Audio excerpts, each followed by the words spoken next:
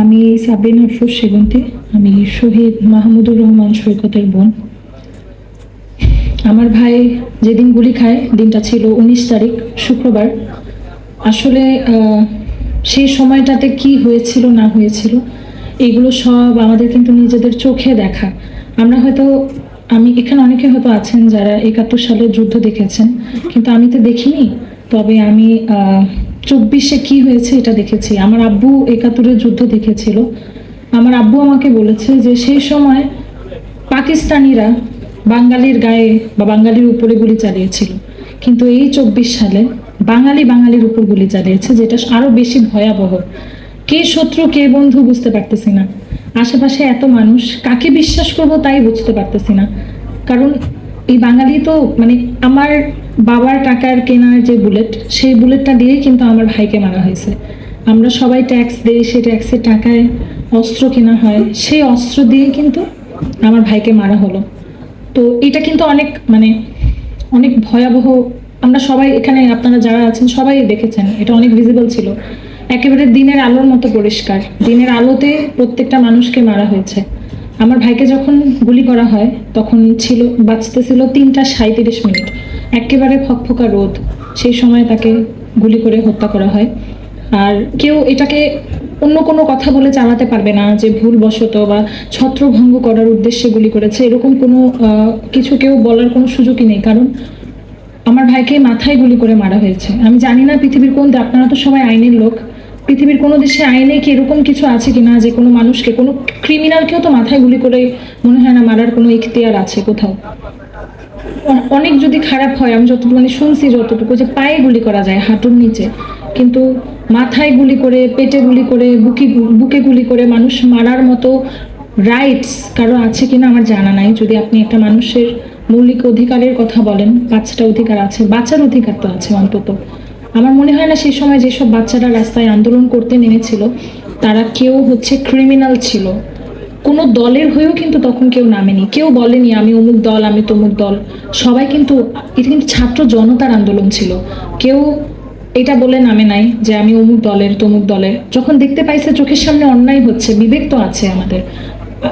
বিগত 17 বছর অনেক কিছুই আমরা মনে করছি এটা এরকমই চলে যাচ্ছে, মানে ওটা নিয়ে আর কেউ কোনো ওরকম কথা বলেনি। টুকটাক কথা হইলেও তো কথা বাড়তে দেওয়া হয় নাই, মুখটা বন্ধ করে দেওয়া হয়েছে।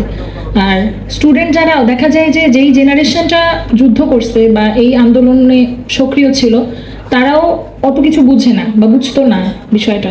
যখন দেখলো যে একেবারে বাড়াবাড়ি পর্যায়ে চলে গেছে, তখন যখন আমাদের যারা স্টুডেন্টরা আছে তারা বুঝা শিখে গেছে যে কিভাবে দমাইতেছে, কিভাবে মানুষ মারতেছে, তখন আসলে কেউ নিজেকে আর ঘরে বন্দি করে রাখতে পারে নাই।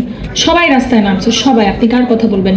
রিক্সাওয়ালা থেকে শুরু করে ডক্টর, ইঞ্জিনিয়ার, টিচার্স, লয়ার্স যারা আছে তারা, কেউ কি রাস্তায় ছিল ওই সময়? সবাই, যত বড়ই মানুষ হোক না কেন। কারণ যেটা হচ্ছিল চোখের সামনে, এটা কিন্তু আর হতে দেওয়া যাচ্ছিল না। বিষয়টা এরকম, মানে কেউ চাইলেই না এটা আর মানে মিথ্যা করার কোনো সুযোগ নাই। ভিডিও, ছবি, কোনো কিছু তো কমতি নেই আমাদের সবার কাছে। বাস এতটুকু আমার একটা রিকোয়েস্ট, কি আপনারা আইনের লোক বা এখানে যারা আছেন, এই জিনিসটা যাতে সেকেন্ড টাইম আর কখনো না হয়। আমরা কিন্তু দেখেছি পুলিশ কিভাবে গুলি করেছে, আমার ভাই পুলিশের গুলিতে মারা গিয়েছে।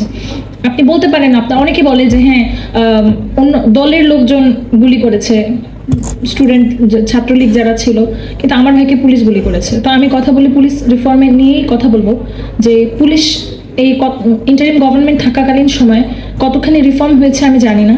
তবে এরকম যাতে না হয় যে পুলিশ আর কোনো কারোর উপর গুলি চালানোর সেই সাহসটা দেখায়। পুলিশ হবে জনগণের পুলিশ, পুলিশ কখনো রাজনৈতিক দলের পুলিশ হতেই পারে না। পুলিশ জনগণের সেবার কাজে নিয়োজিত। পুলিশ এমন একটা দল, জনগণের সুরক্ষার ক্ষেত্রে তারা নিয়োজিত থাকে। সেই রাষ্ট্রের রক্ষিতা, তারা তো আমাদের রক্ষিতা ছিল, তাদের হাতেই কিন্তু আমাদের এই যে বাচ্চাগুলো এরা মারা গেল। কত মানুষ ডিরেক্ট মাথায় গুলি, আমার ভাইকে একেবারে কাছ থেকে হেডশট করা হয়েছে। মানে এটা ভুলবশত না, কিন্তু মারার উদ্দেশ্যে ওকে গুলি করা হয়েছে। তো মুগ্ধ ভাইয়া কেউ কিন্তু সেম, এই যে মাথায় এই জায়গাটায় গুলি লাগছে, সেম মাথায়। এতগুলো, অনেকগুলো আছে হেডশট, পার্টিকুলার হেডশট কিন্তু অনেকগুলো আছে। ঠিক আছে, এটাই। তো সবাইকে ধন্যবাদ এবং সবাই দোয়া করবেন।